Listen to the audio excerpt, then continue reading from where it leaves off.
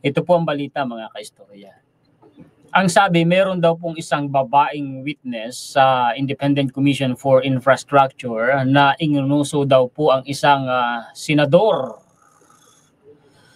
At ito raw pong babaeng witness ng ICI ay mukhang inaariglo ng kampo umano ni Senator Joel Villanueva. Abay, bakit kaya? Abay, sino ba ang nagsabi ng balita na ito? Si Ramon Tulfo po, mga kaistorya. Kilala nyo rin naman ang taong ito. Tulfo, matapang talagang magsalita. Nako, si Ramon Tulfo, baka po kayo ay yariin na ni Senator Joel Villanueva. Baka po kayo idemanda. Yan po mga kaistorya pag-uusapan natin. Tapos, isa pa pong balita ay nagsalita na po itong si Martires tungkol po mga kaistorya dun sa sekretong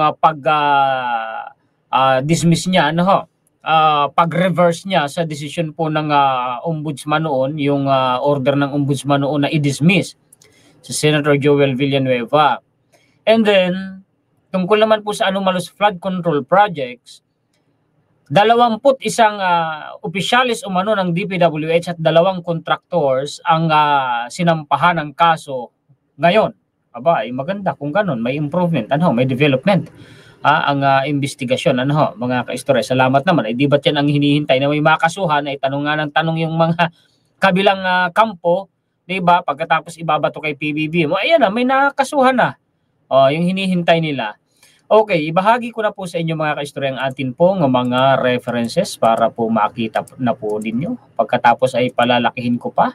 Pasensya na lamang po at ako po talaga ay medyo busy kaya po hindi ko sunod-sunod na nakakapag-gawa ng content. Ito na. Ramon Tulfo's post 13 hours ago. Medyo mabigat-bigat itong mga sinasabi dito ni Ramon Tulfo. Ito ang report na nakalap ng isa sa mga field reporters ko.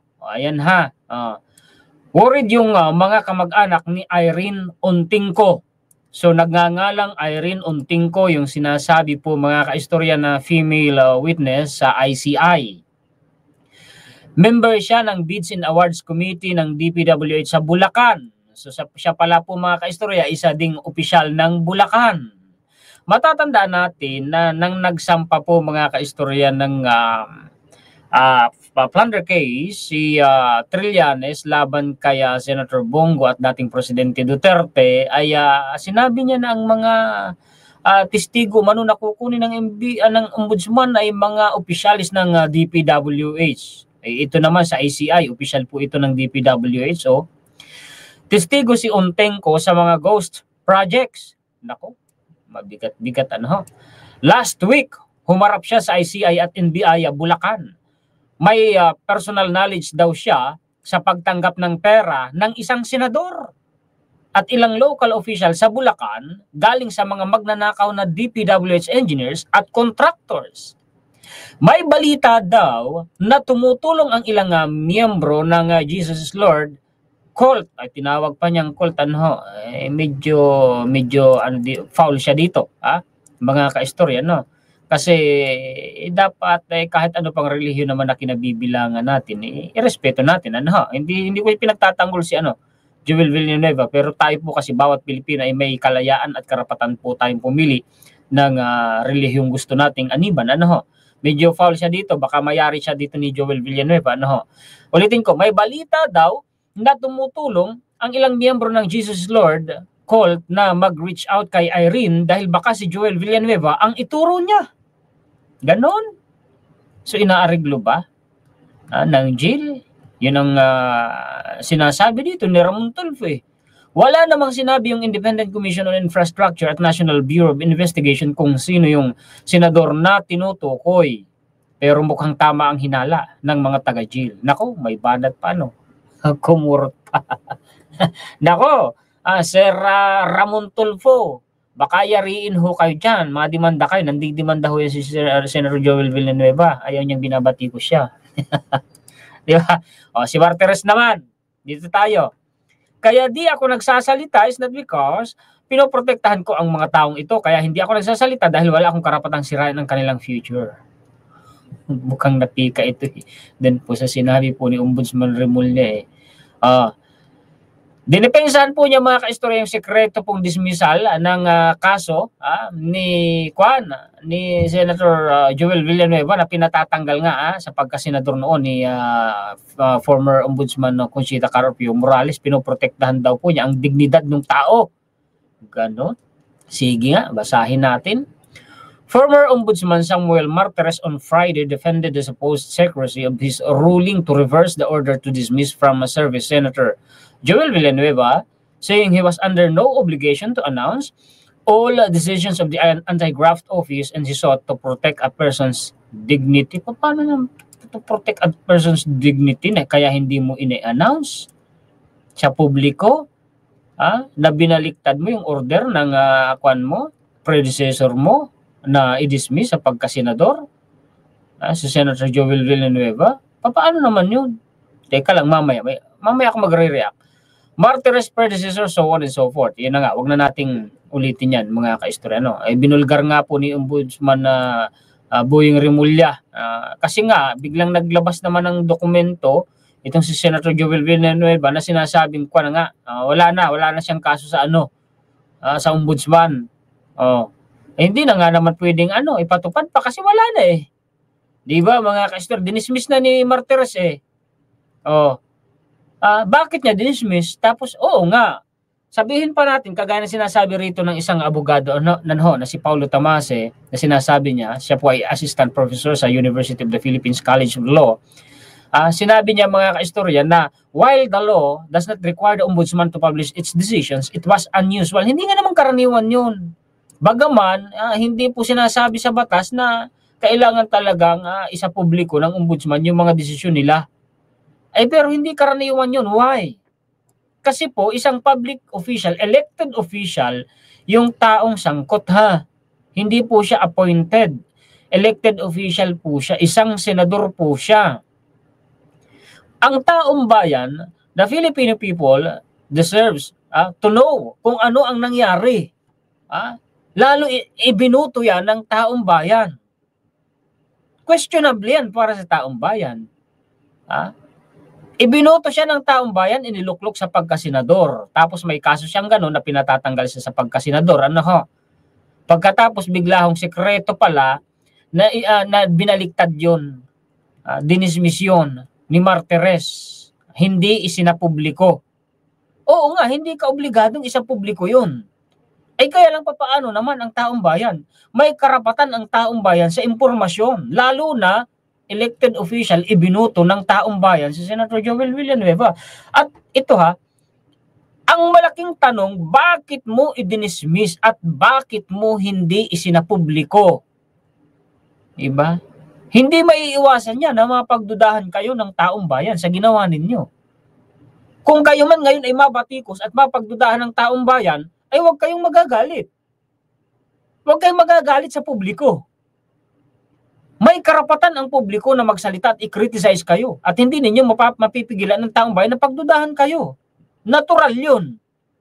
Elected official ang nasasangkot Di ba? Mga kaistorya?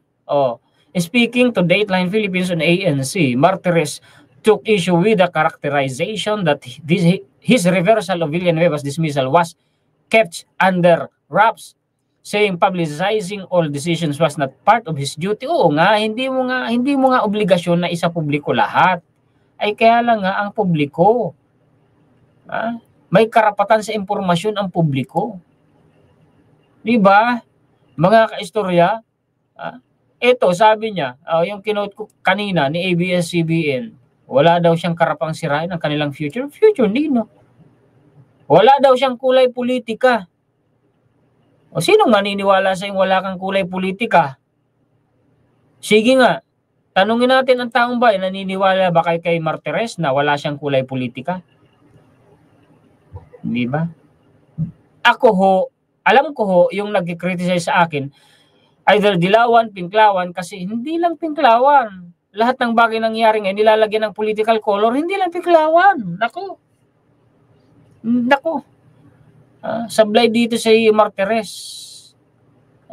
Yun ang tanong naming lahat sa ombudsman noong araw, bakit kami lagi ang sinisisi? Dahil kami lang ang kaya? Yung salin nga lang eh.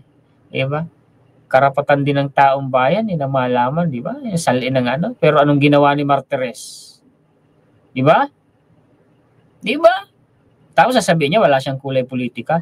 Hindi ko rin ma-catch up yung luhi ka sa sinasabi niya na pinoprotektahan lamang niya yung ni Senator Joel Villanueva. Kaya ba hindi niya isinapubliko? Kasi ang tumatatak sa utak ko, ang publiko may karapatan sa mga impormasyon eh. Lalo na po mga kaistorya, ang taong bayan ang nagluklok kay Senator Joel Villanueva. Di ho ba? Ano namang masama nun kung isa publiko niya yung desisyon na nare-reverse niya? Maganda sana nga yun. Disin sana hindi na lumitaw pa yung ganitong issue ngayon. Disin sana hindi sila ngayon nababatikos. Disin sana hindi sila ngayon kini-question.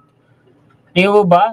Ito pa, may gatong pa dito si Ramon Tulfo. Yung issue na yun, ang sekretong reverse ni Martires sa kaso ni Senator Joel Villanueva. Anong ano niya rito? May binanggit siya dito eh, mga kaistorya eh. Ang sabi dito, people can't help thinking if there was money involved in Martires' secret decision. Masisisi niyo ang taong bayan kung mag-isip ng ganyan. Diba?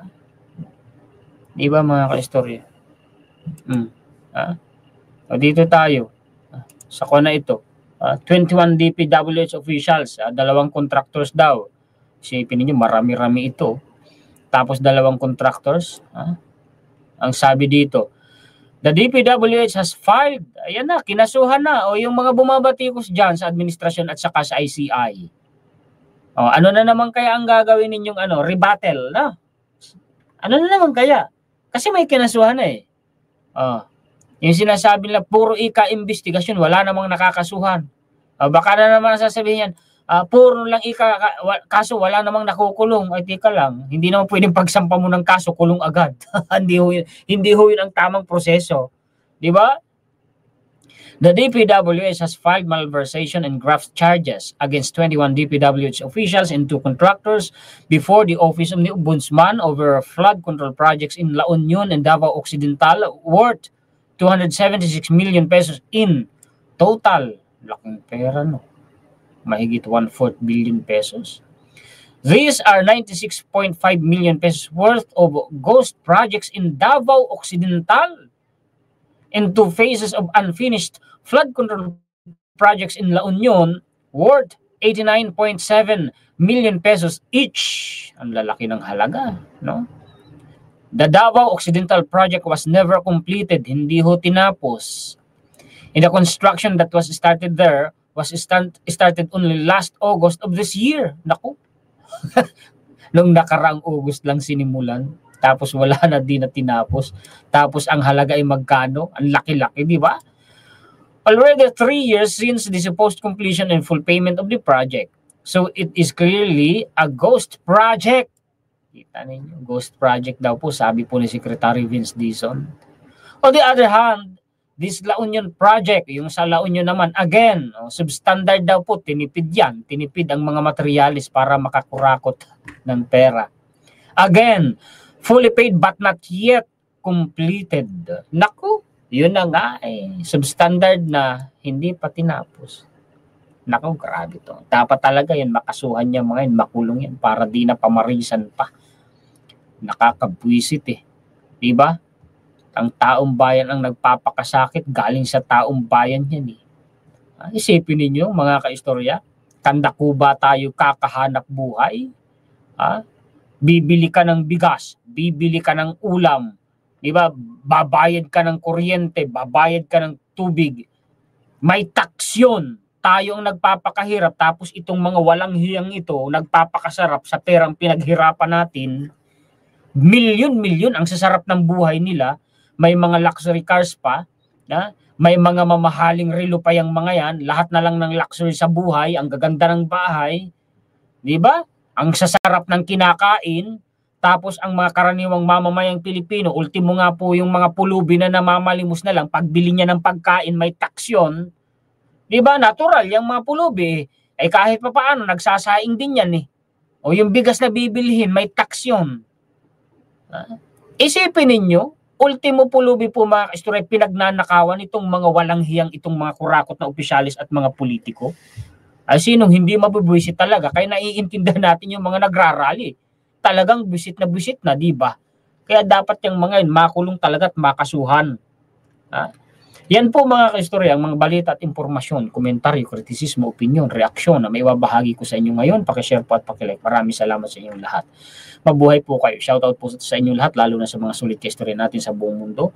Nagpapasalamat tayo higit kanino man sa ating pong Panginoon. Muli ako po si Juan Historiador, ang tagakwento ng totoong istorya ng kasaysayan na nagmamalasakit sa kapwa ko Pilipino at nagmamahal sa bayang ito, ang bansang Pilipinas.